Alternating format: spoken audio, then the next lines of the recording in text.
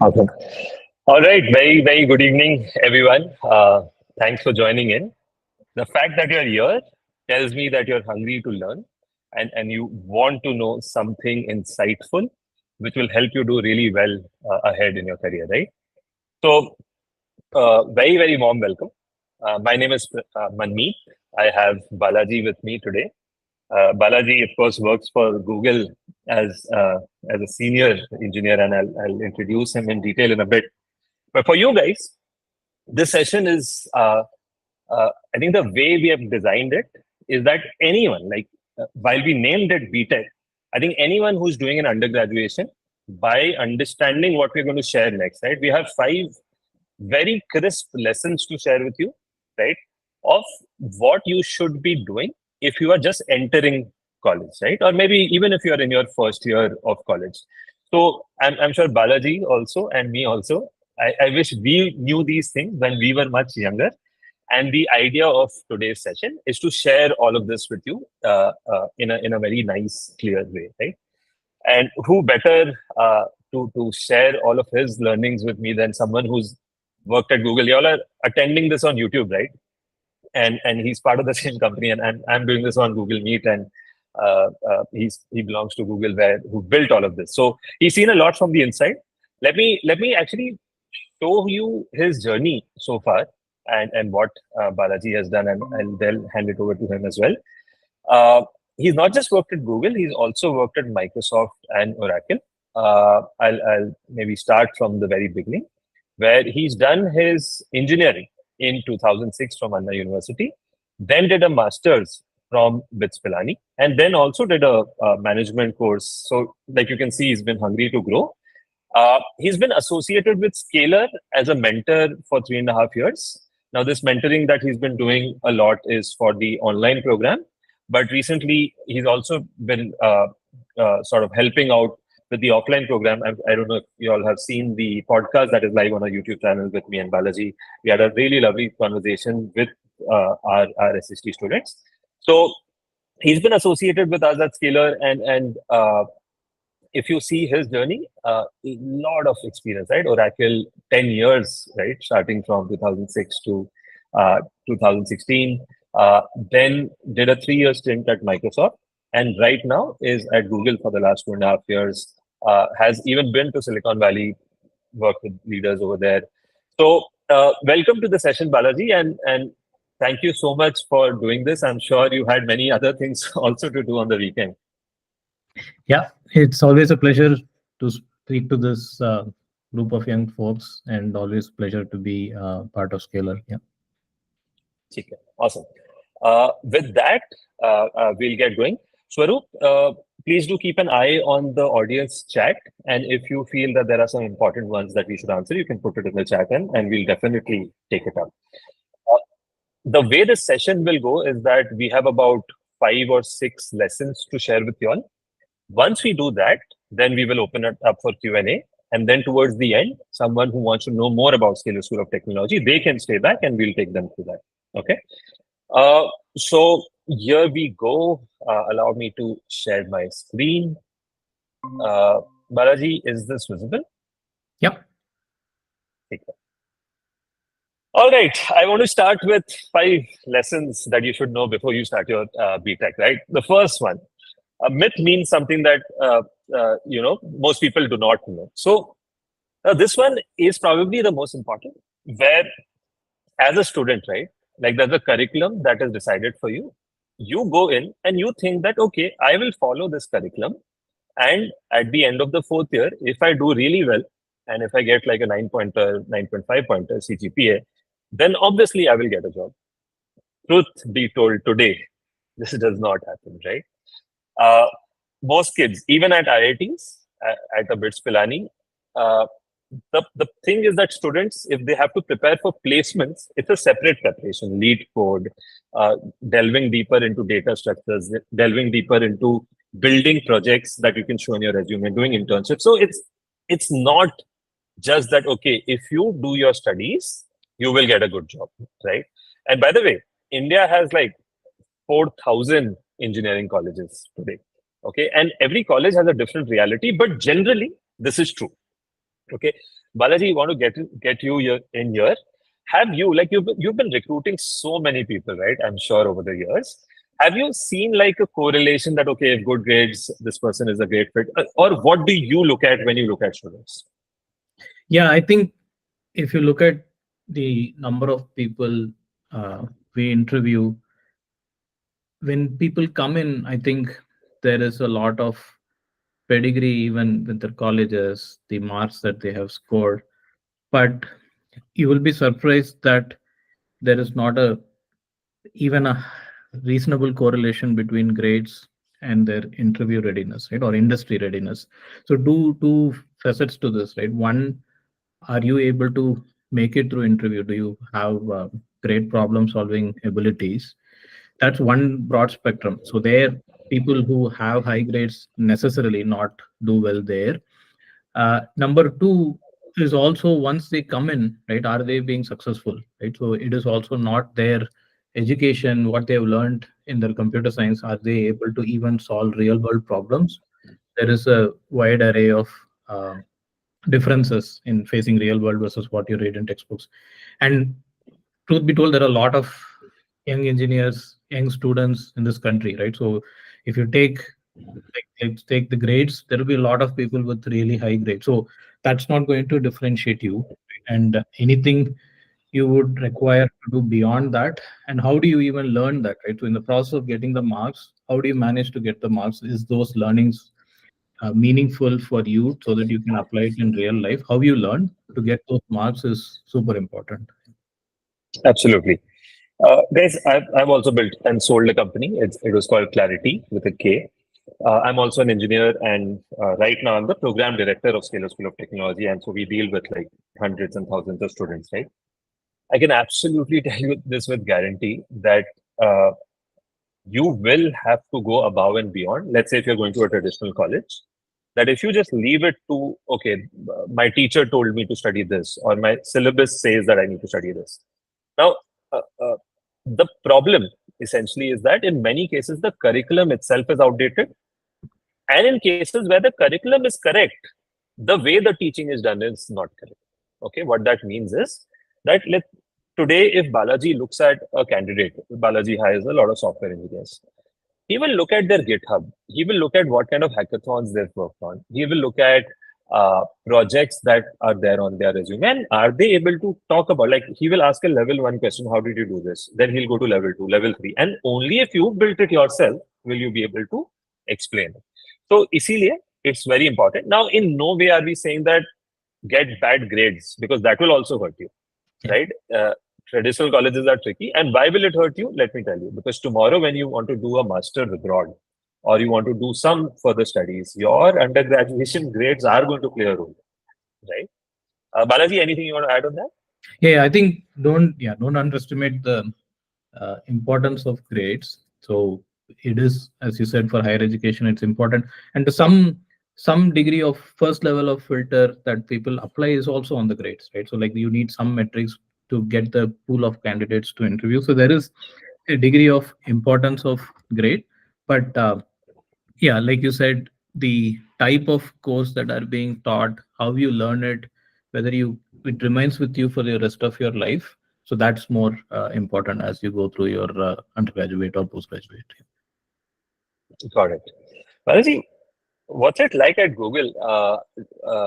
You must be meeting so many, and like last time we met, you were talking about being to MTV, right? If I remember that correctly. What's the full form of MTV again?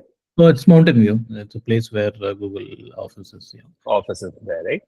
So what was those experiences like? Do you want to share with the audience? Because a lot of them want to get into Google and do what you're doing maybe a few years down the line. Yeah, I mean, Google is a great place to work with some of the most ambitious people, right? So people who want to solve real world problems and very approachable, right? And very collaborative. It's a great environment for you to do what you really love, which is to solve problems. So I work on ads on search, so there's a lot of value I bring to the users who use our product. So you take most everybody who works there takes pride in what they do. They are happy about it, and the environment also allows you to do that. um, and India is a great place, right? So I think the India offices are scaling. There are a lot of talented engineers. Recently even Google acquired a property near Whitefield. So the plans for growing India in general for tech, and not just Google, right? So across multiple companies is growing, and Google is a great place to be. Absolutely. I have so many more questions, but I want to stick to the agenda. Guys were requesting for us to speak in Hindi. That won't be possible. We want to stick to a language that everyone across India understands, right? So just try and take whatever you can. If you don't understand English at all, then I'm sorry. Like I'm just setting the expectation that we will be continuing in English itself. Okay. Uh, all right. Now, some more statistics to just back what we were saying. Again, this is a myth buster because most parents and students think that okay, let me become an engineer. I will get a degree, right? I will have a like some parents tell us that I want my son to have ER written in front of their name. Okay, but the truth is that 16 lakh people do engineering every year. Only 16% of them find a job, and 80% of those jobs are computer science jobs. And the sad part is that only 2% earn more than 8 lakh per annum. Where do the majority go?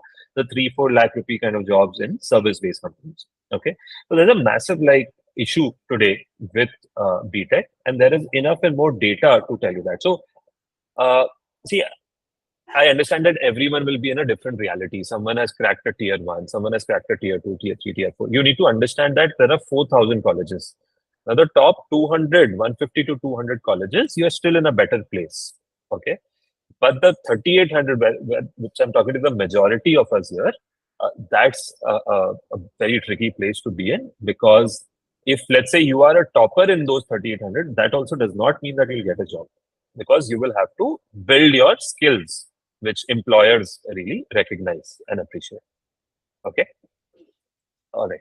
I want to show you like a quick video of Mr. Amitabh Kant. Amitabh Kant is an ex Niti Aayog CEO.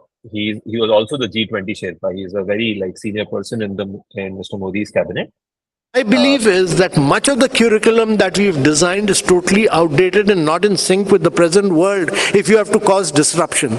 Even much of the curriculum which have been designed in both triple IITs and IITs, I think is totally out of sync because all curriculums are designed without interacting with industry, without interacting with startups, without realizing the vast and the rapid pace with which they have moved forward. And therefore, my belief is that huge amount of work needs to be done. There's another startup called Scala. I don't know how many of you have heard of Scala. And what the Scala has done is to produce skilled manpower within 6 months for what the industry requires. It's all online learning. So Scala is actually providing a huge amount. yeah, I'll pause this here. So essentially, Mr. Amitabh Kant is talking about this challenge, and Scalar, the company which has started Scalar School of Technology, has been around for more than 10 years right now. And we've been trying to solve the same problem of how do you ensure the students have the right skills, right? So that's that. Now, let's start with the second myth. Most students, right, including me, I'm guilty of the same thing. I don't know about you, Balaji. Like when I started my engineering, I thought that placement prep is to third year. Why should I start right now? First, second year, chalo, we'll make friends, we'll have fun, we'll do this, that, etc., right? Balaji, your thoughts on this? Oh yeah, absolutely. Right. For me, it was beginning of almost towards second half of third year, so even worse. So see, I think the environment you are surrounded by and also weighs in a whole lot. At least my experience those days, just get through this semester, score well, uh, and those things that you study at that time, like first year of college, we studied chemistry, we studied like carpentry, right? So it's very odd to say that, right? So we've been chipping wood, right? So so the environment that you had was not even putting you in the mindset to think about placement prep, and more importantly, the pace at which you need to prepare. If you start at third year, it's going to be way too late. One, you don't have enough time, and number two, the things that you have learned in the past, you have not learned in the mindset of being industry ready. So definitely that was, I was guilty of this, and hopefully this modern generation is not, right? So Right, right. Absolutely. I mean, the good thing is that today there are enough and more resources available where people can start from day one, and it's important, and it's multiple for multiple reasons. It's important because what I've seen, Balaji, is that when people reach the third year, they often don't know what they like and which direction they want to front end, back end, what sort of like specialization also later that if they want to do what do you. So therefore, it's very important to from day one to start building things. And if you genuinely want to have like a roadmap, let's say if you want to do computer science, okay, I would say that we've already solved this for you. If you go to Scalar School of Technology website, this is for anyone, right? Anyone who's even interested in Scalar School of Technology or otherwise, I encourage you to go to our website, go to the curriculum, and here there is a document called detailed curriculum, download curriculum. And yahan pe there is a deep dive document. Okay. This deep dive document is essentially what all basically skills you need to learn, yeah, if you want to become like a really strong software developer. Like I saw someone asking in the chat that what skills do I need to build if I want to become a very good engineer? So these are these skills. Now, if you come to SST, great, then you can learn directly. But even if you don't, like each of these today have a lot of interesting content available online, but don't be satisfied with just doing the course. You have to build something interesting and also start contributing to open source. Start building your GitHub profile.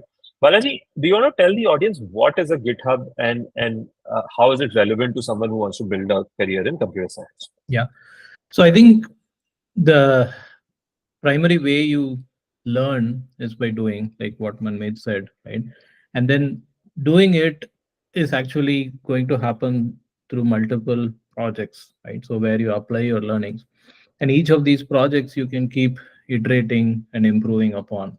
Now, one way to keep track of what you have done, what your project does, you can showcase your work by saving the code somewhere and making it publicly available. So GitHub is a source control, right? So where you can commit your code, you can have version tags to that. So you can show it's not just overnight, you just created a GitHub profile that just copied somebody's project and you're there, right? So it also talks about how you've been working on that project, how committed you are. And the end result is something tangible, right? So this project solves one problem. You can use it, you can showcase it by hosting it in somewhere, right? Or this is something that somebody else can use for their use case, they can build on it. uh, so that way you learn, you also showcase what you have learned, and the end of the whole thing, you also have something that somebody can use, and it's real, it's out there. So that's important. And some of the things that you will not find in your textbook, you can do by uh, doing these projects. As an example, to solve a particular problem, what is the best thing that you have learned from your curriculum, what to apply? So that's going to be something super useful as you build these projects, and you put that back for your own reference into GitHub and also for the community. And that's one of the things people look these days, right? So, and similarly, how you also write about articles, right? So people write Medium articles on what they have done, and in the process also link it to the GitHub. So that's a good package, something that tells you beyond your curriculum what is that you've used it for, right? So Yeah. super pieces. Uh, you can think of it like the resume for a software engineer. Yeah. Okay, like it's a modern resume for a software engineer. Okay, uh, so I hope this part is clear. That those of you all who are starting off with engineering, if you think that placement prep is about just learning aptitude in the third year, you're going to have a tough time. You have to start building your profile right away. Okay, which means learning things over and above what is part of your curriculum. Uh, Internships also, by the way, sorry, I just want to add one more thing. Internships, most people think that it's a fourth year thing. And when actually we interview students, the smart ones, we realize that by the fourth year, they've done 3 or 4 internships. And that helps them sort of explore their own self. After doing 4 internships, you know broadly that, okay, this is something that I like or this is something I don't like. And that's why it's highly, highly recommended that you take part-time internships. In your summer vacations, you do a couple of internships. So the goal should be 3 internships on the resume by third year. Don't start in the third year. Okay. Hope everyone understands this. All right. This one is a big one, right? Like most people think that, okay, degree means that I will get a job. So Balaji, I'll hand it over to you. You're the recruiter. What do you look at?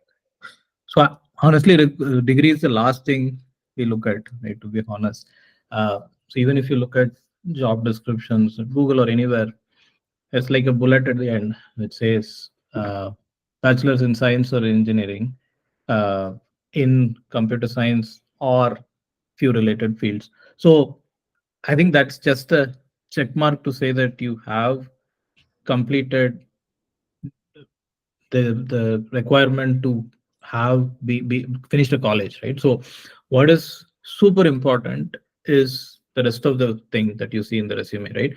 So for experience, we just go after what they where they worked on, right? But in this audience, we look at uh, like the profile, which means what have they done in terms of the. Balaji, can you break it down? Like if let's say that someone is a fourth year student at any college, what is the process that they will go through to get into, let's say, a Google? Step one kya hoga, step two kya hoga, step. Yeah. So step one would be you apply, right? So the in the process for applying for a role, it's out there. You get referred, or you can directly go and apply through careers.google.com. And what I'm saying is also true for Microsoft, a lot of other places, right? So you go apply, then folks look at your resume, right? So on the application, so they look at few things, right? Like in addition to what you have done, where you've done your course, they also look at primarily at your project, what is that you have built, and how does that resume differ from any other resume they get, right? So the way it can differ is some people have already had some previous internship, right? So which is where they have built some solve some real world problems. People also put their scores in hacker ranks, so public coding places, how many code chefs, like how much they have contributed, what is their rank in that, uh, links to their GitHub, links to their Medium article, a bunch of things that surrounds what they have done, and also their achievements in the process within the college or outside. So that forms one part of like, hey, this person seems to be a good fit for continuing further, right? And then you have your coding rounds, right? So primarily for undergrads, we test their ability to solve problems, and one best way to solve test for their problem solving ability is to give them coding problems. So typically 30 to 45 minutes, you write code, you solve it. Sometimes there is one or two more rounds of that, and then between internship and full-time placement, the process goes through, right? There are a few more checks and balances on other rounds, like soft skill rounds, but those are pretty much typically most people will do well. But it's your problem solving ability, that's what get tested at the interview stage. Understood. So to summarize, there's a resume. So either if the company like a Google or a good product-based company comes to your college on campus, like it will do at SST or other tier one colleges, then that's one way of doing it. The other way is that you apply online. After that, there's a test which is rolled out, which is a coding-based test, right? Which essentially tests you for problem solving, where something is given, you write code to solve that problem. Second, after that is like a profile base where what projects you've built, they interact with you on that, and then in some cases there'll be a HR round to test for fitment also. Yeah. Great. So here you're saying that if let's say you have a BSc person, but like a very very strong profile, and on the other side there's a B.tech person, but like has barely nothing on the profile, then obviously you'll choose the BSc person over the B.tech because this guy has real world experience. I mean, in reality, there's no difference even between saying, hey, BSc versus B.tech, right? So that level of filtering doesn't happen, right? So BSc is fine, right? So there's nothing wrong in BSc. Okay.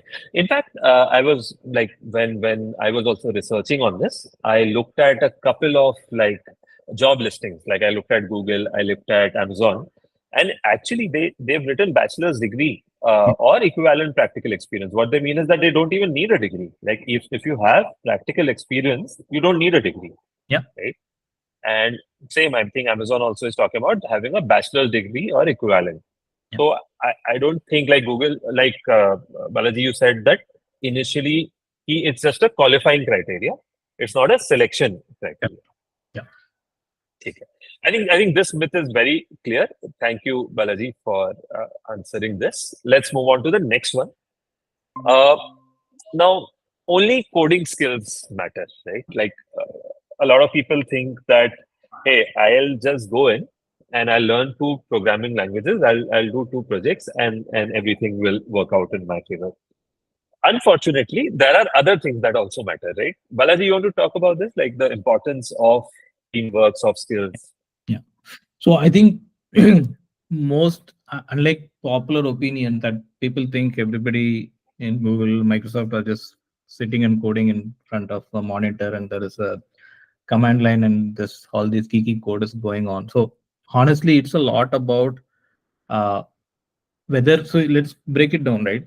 So what are we solving, right? And why are we solving is where a lot of time goes in, and a little bit on whether this problem matters to business, right? So that probably not all the time the uh, engineers, but sometimes engineers also are aware and they also give inputs there. So essentially, why you are solving it, why is this important to the user, what does it bring to the business, and in the process then we come into how to solve it, right? And there's a lot of things beyond coding. One is how do you build the system. A lot of time goes in design reviews.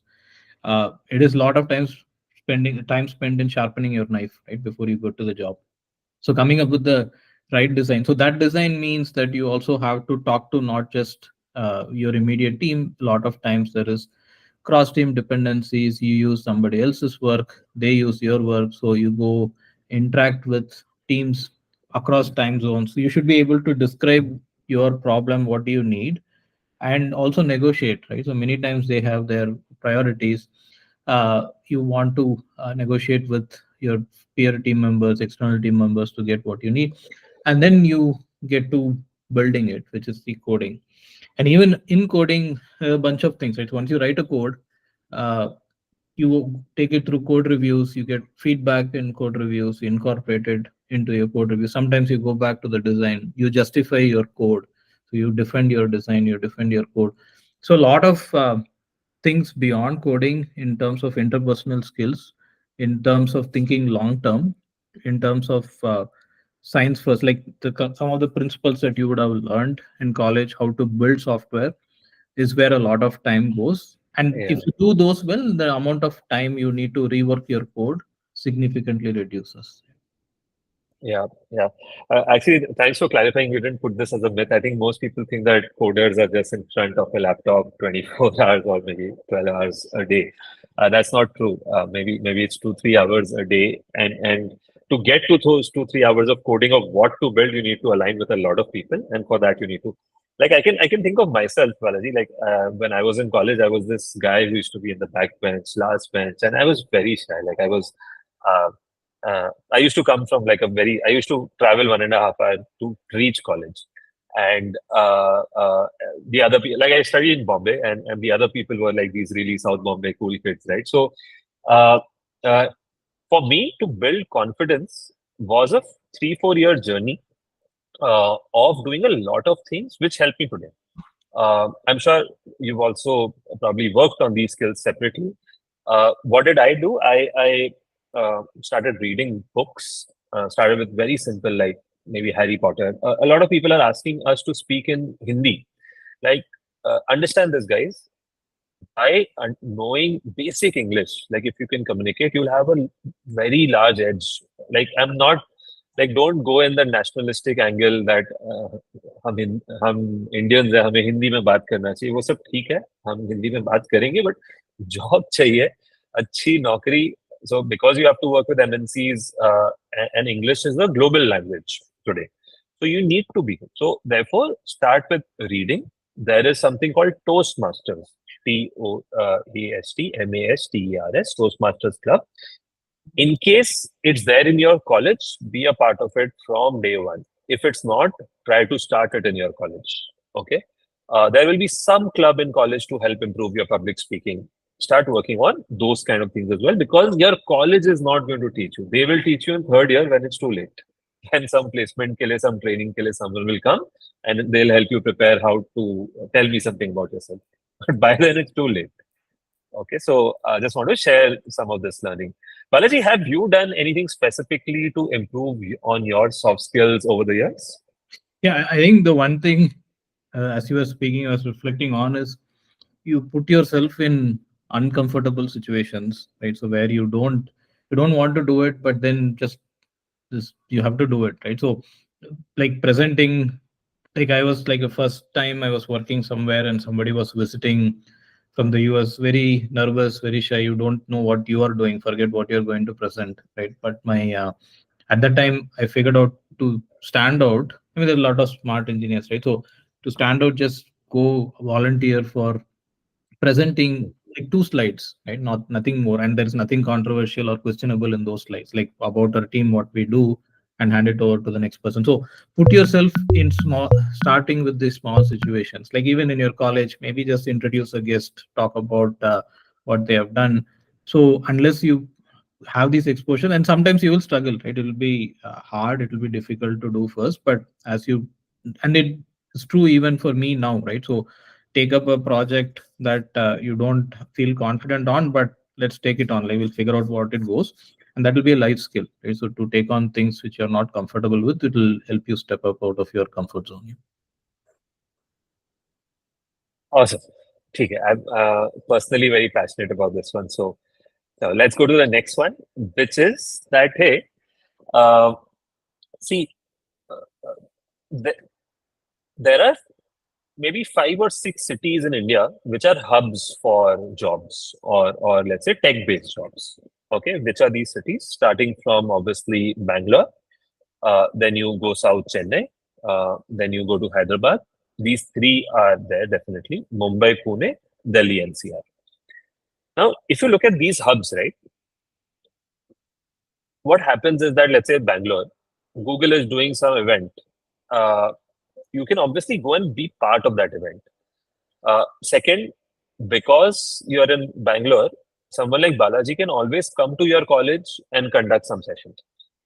Same goes for the other hubs also, right? A lot of like these practical workshops, hackathons, etc., happen in these hubs. Now, online is fine, like online is okay, but when you go out there and attend a lot of these, you'll meet like-minded people. Okay. And that's what will get you. Let's say you take part in competitive programming, right? Which I highly encourage you to do. Code share, Fleet Code, start doing all of that. Then when you go for an offline event, you'll meet 5 more competitive programmers. You can make a team. You can start like discussing of how you get better together, right? So a lot of people feel that, okay, I'm just in some remote city in India. In my college, I'm one big line and I'm happy with that. Don't be happy with that. There are really talented people in India across, and you should go outside your, ऐसे बोलते हैं ना, you should not be that frog in a well. You should go outside your well and go and meet different people across.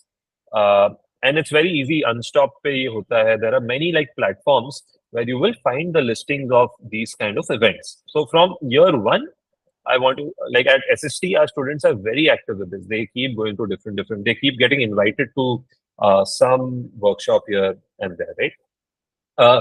Balaji, if I don't know how much of this you were able to do in college. I did not. Like I barely did some of this in college, and I regret it today. How about you? Yeah, I think first those days there were not a lot of these events happening. I studied in Chennai, so the closest I've got is towards my end of my college. I had some internship with a company there, but that too is a little too late. Uh, on this note of being in tech hub, see again, one is hackathons, doing things where you go participate in industries, like companies host their hackathon. There is also like industries hosting meetups, right? For example, you were asking me what I would have done today if I was not here. So there is a 1 to 4 p.m. Kubernetes meetup I generally go. So today Oh, okay.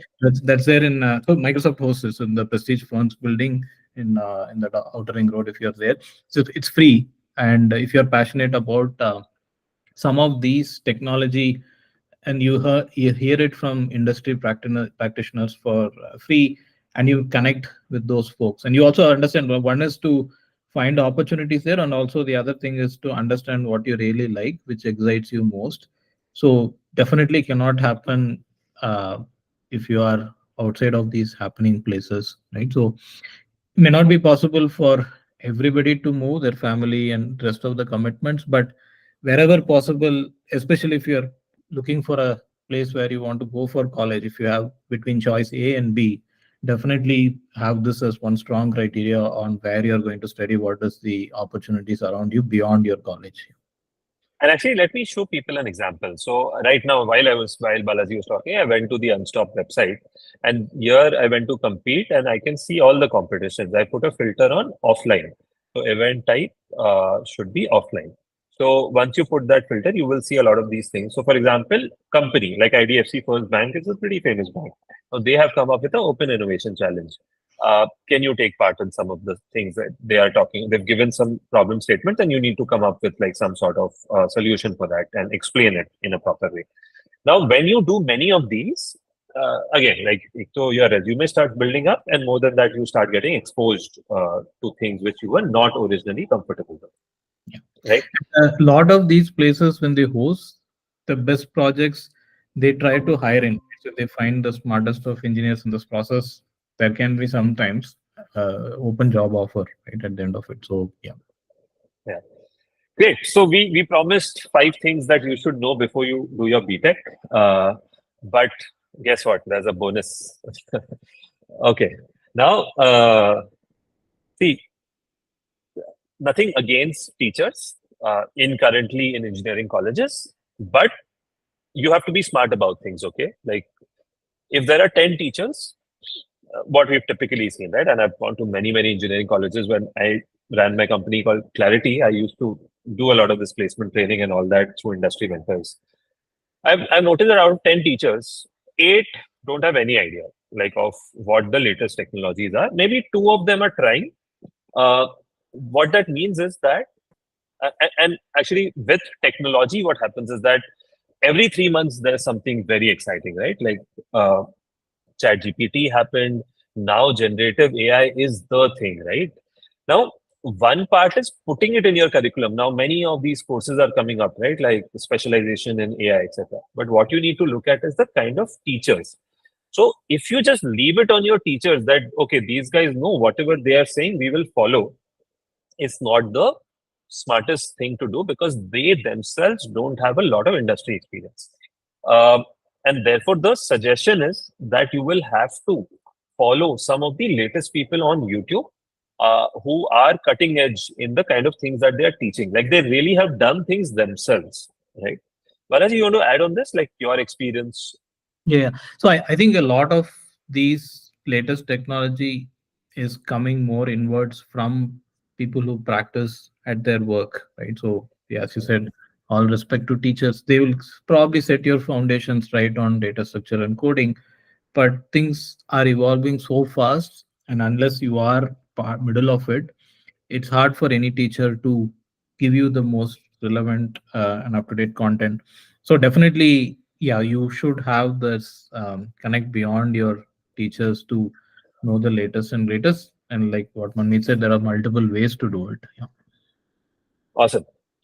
Great. So hope all of this is clear to everybody and you've learned something in the last 20-30 minutes that we've been sharing.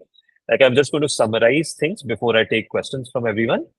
First one, don't just focus on grades because just grades is not going to take you anywhere. Focus on building a great profile, building a great resume. That will get you a good job, not good grades.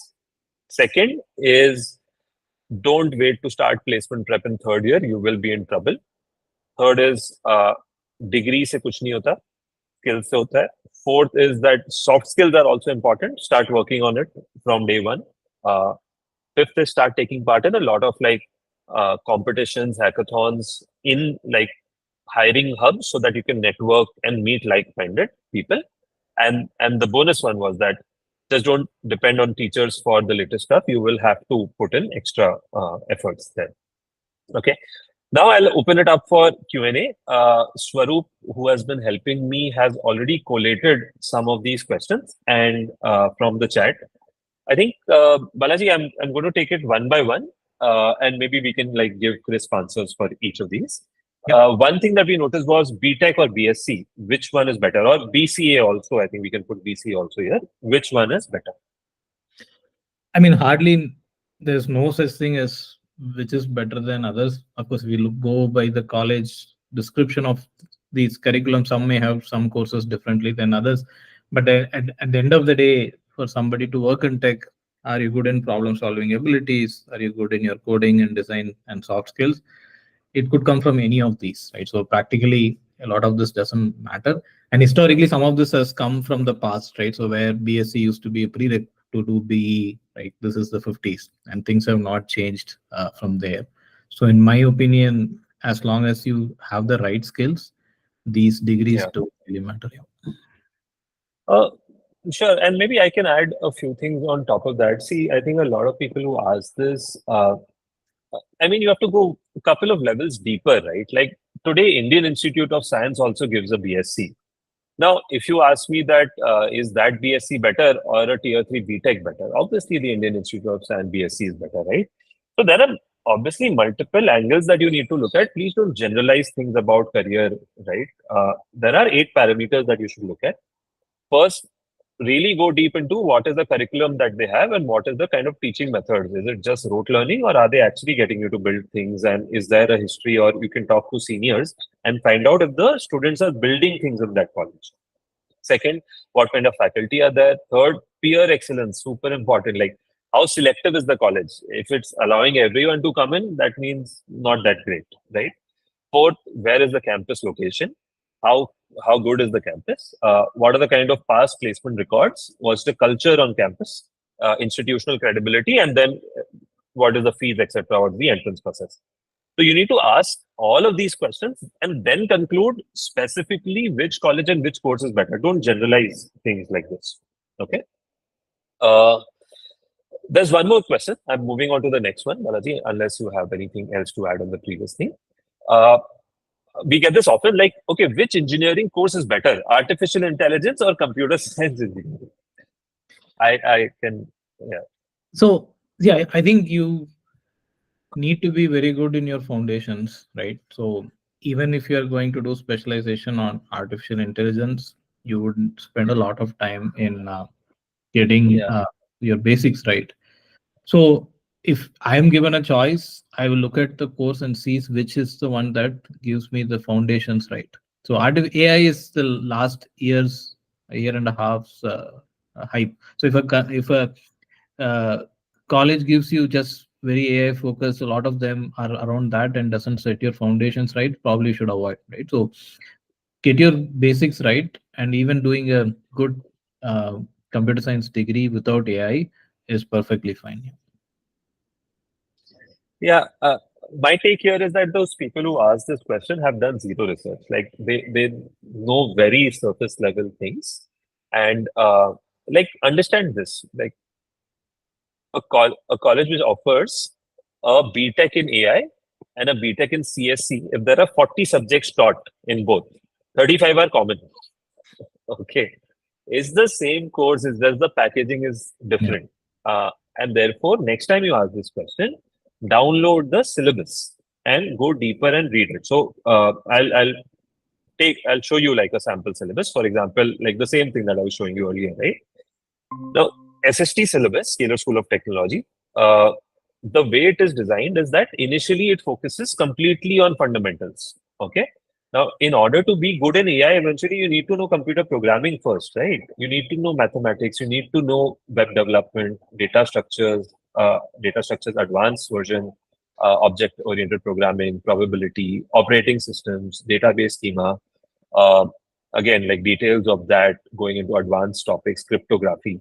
So initial focus has to be on fundamentals, irrespective of AI or otherwise. Okay? Uh, then you go do an internship at SST, like in the third year is just internship. And fourth year, finally, once you come back, is where you specialize. Now, when you specialize, you have the option of choosing AI. Where let's say if you DSML is nothing but data structures and machine learning, then you start like building things like recommendation system, right? Like on YouTube, you must have seen that if you watch a video, it will automatically recommend you a video which you will like, or building like a Tesla ka self-driving car or a Siri Alexa kind of an application. So I would say that you need to look that this whole question is only flawed in a way. Like, sorry, no offense, but it's the same thing, just a wrapper. Right? And colleges are also playing on the hype of around AI. कि course को थोड़ा AI brand करके बेच दिया, right? Okay, next question, very important. Sir, programming language that I should start as a beginner to get a high paying job. So, okay, so here is the thing, right? In Google, for example, or even previous companies, when you come to interview, they will ask you which language you are comfortable with, and they go find an interviewer who can test you on that, right? It's not the other way around. So choice of programming language absolutely doesn't matter, right? As long as you can know the data structure algorithm and solve the problem with that language of choice, it is absolutely okay. Yeah, so it is more of how you use that programming language to solve the problems, your problem solving ability, that is most important. But like just to simplify it for them, Balaji, like if you know whatever you know today, Yeah. and what would you start with, Java or Python or So C++? I think the best language for a lot of breadth that you can cover is between Java or C++, right? So either of them is good.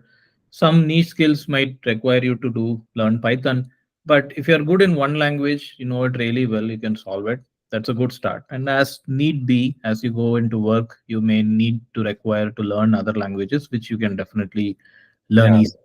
Be good at one, right? And whatever Yeah, that. I mean, like when I think of my experience, we learned in C++, right? And it wasn't too difficult to pick up Java later. Yeah. Okay, similar fundamentals, and then you apply it in Java. In fact, Java felt easier. Yeah.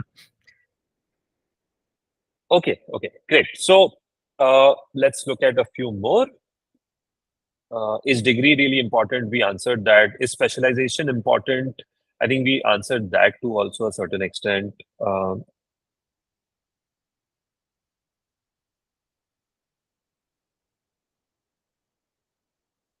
Okay, I think a lot of these questions are taken.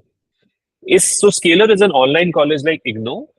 That's a college. That's a question around Scalar School of Technology. So no, Scalar is a fully offline college in Bangalore, and in fact, we have solved a lot of these problems that we spoke about earlier, right? Like if you're part of Scalar School of Tech, your curriculum will keep on updating. Your teachers are not people who don't know, but rather like they are industry professionals. So it's pretty interesting. Go check out the website, and I think you should be able to get an idea. I think a lot of these specialization questions. Okay, I think this question, will AI take over our jobs even though we have skills? A lot of people have this question, right? Balaji, any thoughts on this? I mean, this is again a recent hype and myth. So if you think about it, AI is going to make your job easier, right? And as a matter of fact, it will open up new kind of jobs, right? Uh, the same hype that or fear people had when long back when business process automation softwares came along, ERP came along, would people lose their jobs that it was trying to replace? So we should be learning AI. I mean, you should expose yourself to it, understand it. So use it in your favor and not be afraid of it. Even at places I work or even in Google, we use AI to make our some of the decision making easier. It helps us in doing few things which was harder to do, but we didn't have to let go of anybody because of AI, right? So yeah, so I absolutely it's going to change the way we work, but it's not going to take away work. Yeah, yeah.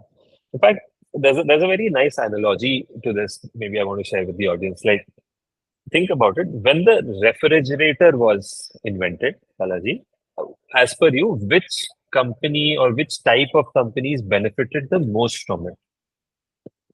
Maybe the vegetables, the street vendors. Oh, they would have been hurt more, right? So yeah, I don't know.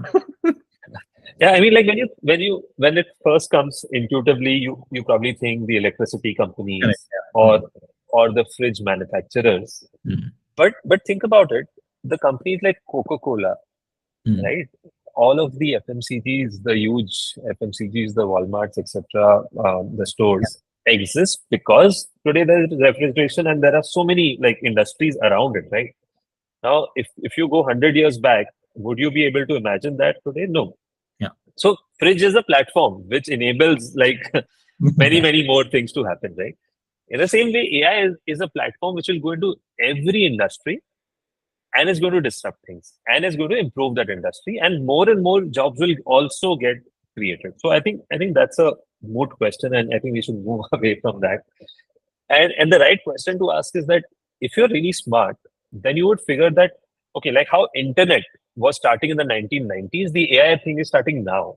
And if you can ride this wave, right? Like I'm Yeah. sure you all also keep reading about the kind of shortage of skills in AI engineers and the kind of money that they're paying. Open AI engineers, I'm sure Balaji, you're also aware of the kind of salaries that they're getting, right? So there is huge opportunity uh, being in tech and especially like specializing in AI later.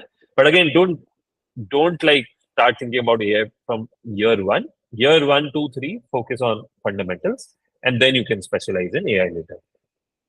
Okay. Uh, all right. I'm looking at some more questions.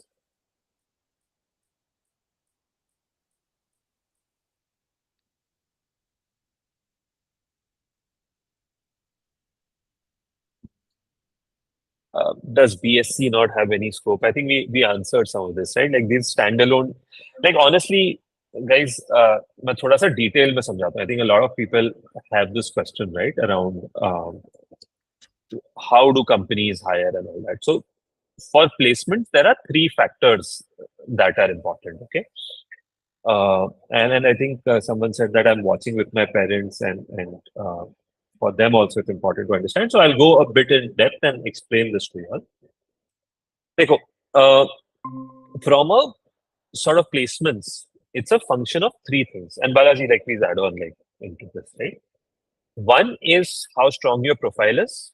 Basically, आपका resume कितना strong है. We spoke about this. Like, do you have a lot of practical experience? Is your GitHub profile good?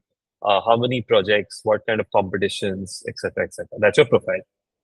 Then the second is access. Access means that are these companies even coming to your college? Is your college good enough? So now, if a BSc college where companies are coming, that is greater than a B.tech college where no companies are coming. Okay, so you need to look at that. How many recruiters come? What happens? What's been the past record and all of that. Third is eligibility, where you need to be aware of how these companies check, right? So now, like I was sharing earlier, eligibility wise, if you look at Google, Amazon, I showed you earlier, but if you look at Uber, for example, Uber ka bhi dekhoge same BS degrees. Microsoft, bachelor's degree. Goldman Sachs, bachelor's degree. So these companies don't care. Like they have kept the bar low. कि ठीक है, anyone can like apply as long as they have the right skill set. Okay, so their hiring process is a skill-based hiring process versus a uh, just having a paper degree-based process. Okay, so hope like this part is clear. And like I had shared earlier, don't ever ask this question independently BS BTech. You have to look at those 8 parameters and then take a call if a particular college is right for you or not. Okay.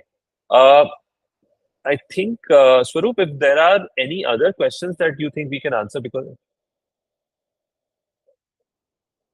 uh,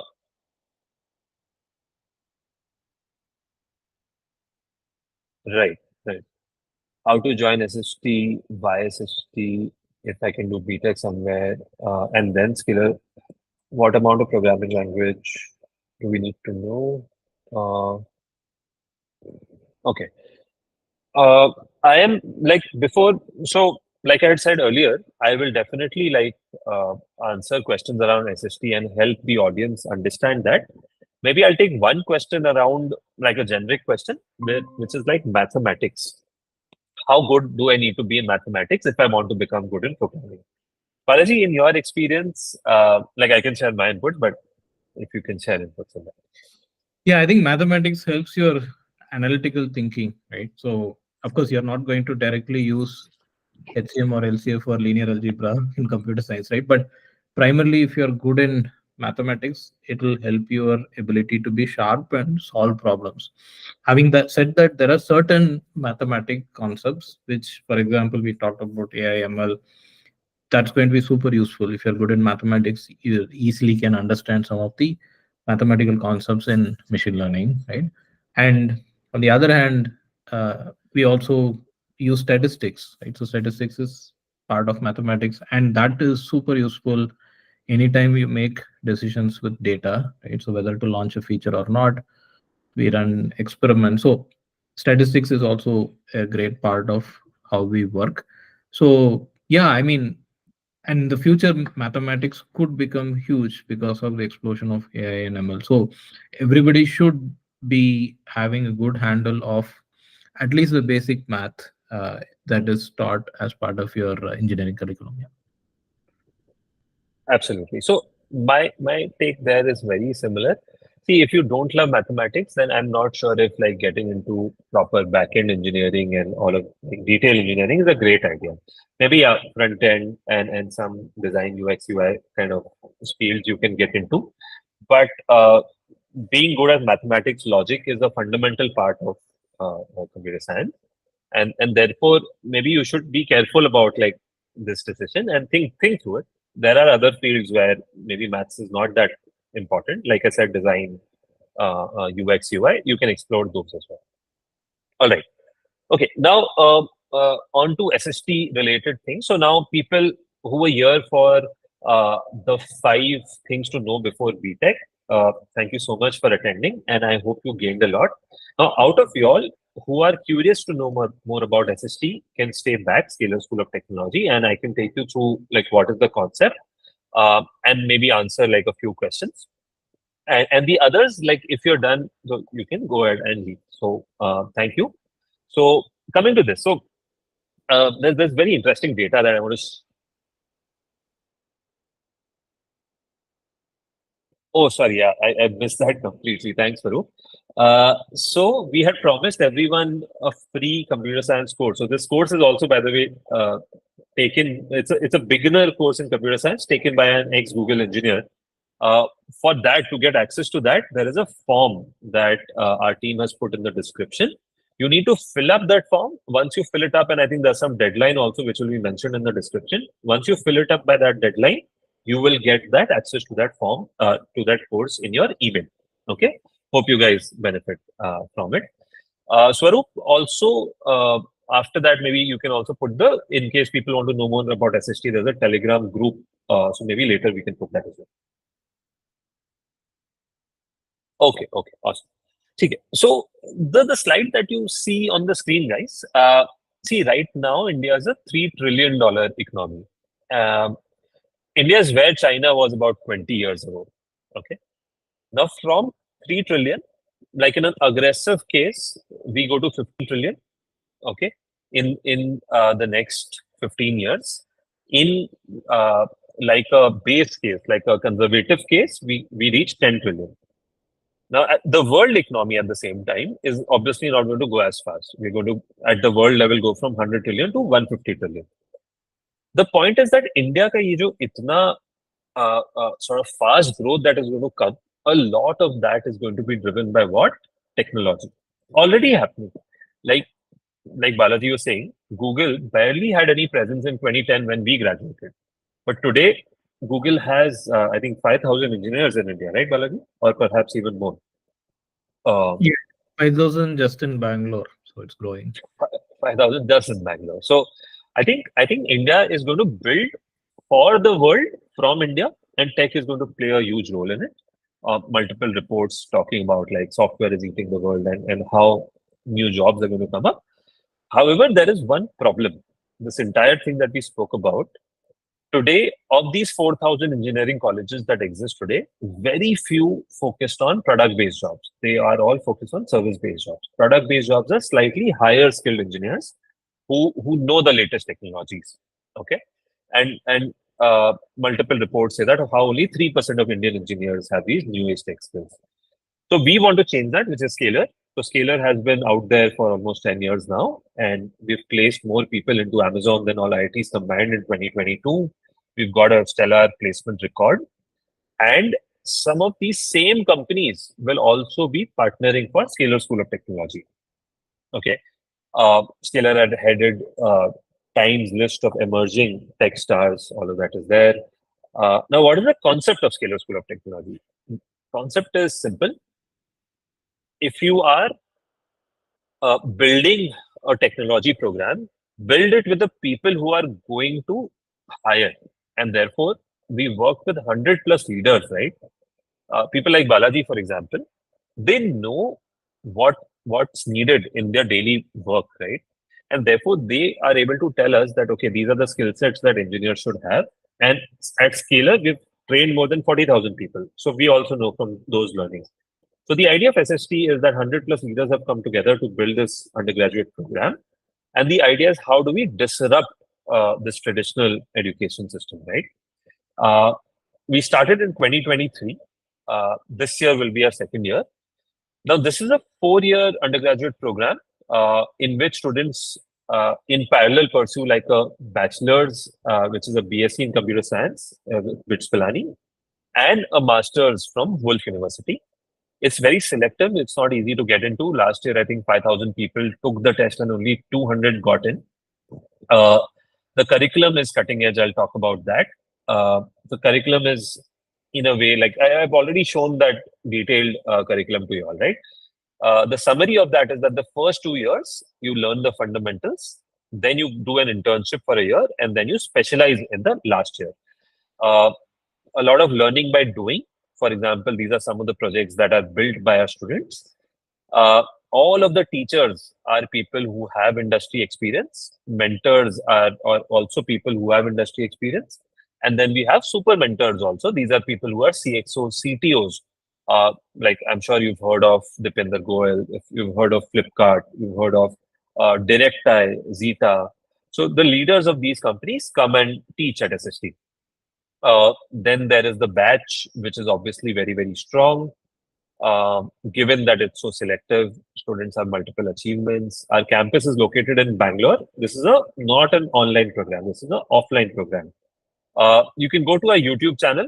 It's got you can just subscribe to our channel right now, and you will see a lot of updates around what all is happening on campus. And even if you're studying somewhere else, you can take some of those learnings and try and implement it in your life as well. Then is on the placements, entrepreneurship, I think all this is fine. The team which is building SST is also pretty interesting. Bhavik is the person who built Uber in India. He's heading SST. There's obviously the founders, Anshuman. Anshuman worked with Facebook. He's a IIIT Hyderabad alumni. Abhimanyu is also a IIIT Hyderabad alumni. And both of them started Scalar about 10 years back. Now, coming quickly to the admission process that a few of you all were asking. Good news is that this year our admission is still open. So what that means is that we have 2 tests which are coming up. One test is on the 26th of July, which is still open. And then the next test is on, I believe, 9th of August. And the deadline for that is 7th August. Both of these tests are the last chance to get into SST. Now, this entrance test is not testing you on chemistry. It tests you on basic logic, basic mathematics, and a new section called learnability. Okay. And then after you clear this, within the next 2-3 days only, your interviews will start getting scheduled. You go through interviews in which, again, you get tested on mathematics and general, like, why do you want to do this course, etc. And then within a week, you know if you have made it to SST or not. And there are also scholarships that a certain number of students will get basis merit. Okay. Again, what is the Scalar NSET? There are videos that I have created which are part of our YouTube channel. And once you register, all of this is also shared with you. important dates I've covered, the fees of the course, etc., is all on the website as well. So just wanted to do a quick run through of what is SST, what the concept is, and what is the admission process for this. Swaroop, anything else that you think we need to cover from a questions point of view?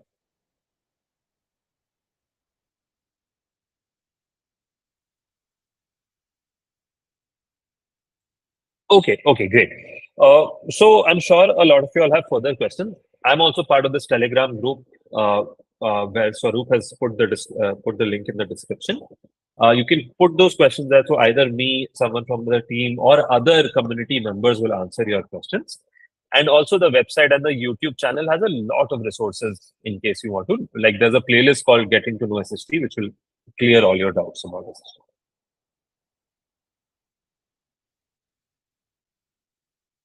Sure. Sure. Being an entrepreneur, ex-entrepreneur myself, I think I can take a stab. Oh, okay. Pardon. Sorry. So the question is that, hey, I don't want to take up a job. I want to become an entrepreneur. What is the best way forward? How do I go about it? Now, I was saying like being an entrepreneur, ex-entrepreneur myself, I think one of the things that I want to share with people is that, uh, look, firstly, uh, see, it's important that, okay, you have a clear mind that you want to become an entrepreneur. But at the same time, you need to have certain skills and you need to first get to a certain level uh, and then like, okay, go all out. So then my advice is that you should see, of course, there are multiple paths and like multiple ways. I'm just trying to give you like a path which is like a good optimization of risk and this thing. So I would say that step one, build skills, get into a college where you can like becoming a good entrepreneur. If you also know technology, you will have a massive edge because today you will see that a lot of the entrepreneurs who get funded are tech entrepreneurs, right? So build fundamentals in technology. Go to a college where you will get to like build things, network with a lot of other founders who come to college, right? Once you graduate, then don't start up immediately. Work for 2-3 years, okay? And these 2-3 years can be at early stage startups, like all of these founders that you network with, Series A startups, Series B startups. There get an interesting role where you explore, go deep, and then once I think by age 22, 23, again 23 to 30, typically in India, is a risk-free window where you don't have to get married, you don't have too many obligations. So at that point, starting up is slightly more easier, where you will know yourself, you will know what is sort of like the industry need, you will have more connections, and it's slightly riskier at like just starting up at 18, because while there is a story of a Zepto who did very well, like Stanford drop-offs, and they succeeded, or a Ritesh Agarwal, but those are the ones public. At the same time, there are 1,000 people who failed, which you don't know about, but we know about because we been like in the industry. So that's my general advice. That get good in tech, work early stage startup, and then start your own thing. When you have like any entrepreneur who asks this question that should I start up or not, is not ready to start up, because then you wouldn't ask us this question on a YouTube channel. Okay. Balaji, in case you want to add anything on this entrepreneurship thing. Yeah, I think there are a lot of exceptions that we are aware of, right? Like Nikhil Kamath, Steve Jobs, Bill Gates. But the person who asked the question may be one of them. But the general question that the general answer that works for most of them is what you said, right? So that's a safe path, and also exposing yourself to uh, the actual companies, the way you work, because you are going to in future employ people. So getting into the corporate environment, get few years of your hands dirty is always a better bet in my mind. I agree, and most of it you covered pretty well, Manmeet. Sure. There's one more question. The question is that, why should I join SST? Well, let's say I have an offer from, let's say, an NIT. right? And what is different? Like why can't I do a B.tech and then do a Scalar Academy course later, for example? So try and explain things. And by the way, today, 30% of our batch is people who had offers from an NIT, BITS Pilani. They left that and came to SST. I'll share their thought process with you. Okay. In fact, there's a nice visualization also to this. Just allow me a second. I will take you through that. Uh, yeah.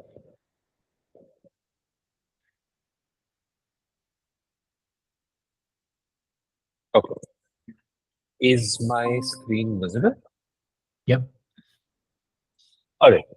Now, see, understand there are multiple categories, right? Even in IITs, NITs, new IITs, private colleges. Let's say that I take NITs as an example. Now, NIT Trichy. Now, NIT Trichy, if someone gets computer science, then maybe I'm like if it's my own relative cousin, I would say that you need to think about it. Like you should probably think about the NIT Computer Science Trichy seat because there is President 29-30 lakh rupees average placement. However, let's say that at an NIT, you get a branch which you're not interested in one, which is let's say a civil or a mechanical. And second is that that's something you don't like only, like you want to study computer science. Then we all know, like if you do a bit of research, you'll know that placements for these branches, even at NITs, is really poor, right? So why do you want to go to a college where, like, if you look at all of these parameters, like coursework is outdated, teachers, the same thing that we said. Most of these don't give you like the location is not in like a tier one place. Placements for CSE is good. The rest is like okay. Then there is 50-60% reservation in these colleges. So your peer group only to a certain limit is strong. Okay. In SST, there's zero reservation. Like even politicians, like last year there was a Lok Sabha MP who said that I want someone that I know to come in, but we did not allow anyone. So there's 0% reservation in a college like SST. So this is their thought process that hey, if I want to do computer science, I can go to SST where the coursework is latest, teachers are all industry experts, location is Bangalore. Computer science, mein, their track record is very good application process tests for the right things. So because of which, while we have 99 percentilers in JE also who have joined us, there are people who probably were not in the JE race but have great portfolios. They've built things on their own and all of that. We've taken such students as well. So it's a very good mix of that kind of peer group. Okay. Uh, and then the rest you can like just take a screenshot of this and go through it. So that's like why you can probably consider a traditional offer and don't worry about like oh मेरे को यहाँ से तो एक B.tech का ठप्पा मिलेगा I'll get a stamp of a B.tech because today that does not matter in the industry. Okay. uh, Second thing is that a lot of people ask that okay I'll do a regular B.tech and then I'll do a scalar online course later. Now understand this that the Scalar online course is online. Second, it's not as rigorous as a offline program. Third, the selectivity that you have for SST, which is the flagship program, is very, very low, like 3% this year. So these are two different things altogether. Yes, maybe through that path also you get success, but let's say it takes you 8-9 years to get there. This will be a faster way to get there. Okay. So yeah, maybe just wanted to add that as well. So yeah, that's about it. I think Balaji, I know we had 5:30 as the hard stop, and you've extended already. I really want to thank you. I enjoy these sessions with you. Look forward to doing many more. And you have a good evening. And thank you everyone for joining in. Any parting words from your side? Yeah, I mean, it's great to see these investments happening. Like I am the last few months, the time I came there, these sessions. I wish you all the best. I'm sure you're going to be super successful, and hope a lot of people wake up to the new way of learning. And yeah, thanks for having me. Yeah, man. I'll see you soon. Thank you. Thank you, Balaji. Bye-bye. Thanks, Swaroop.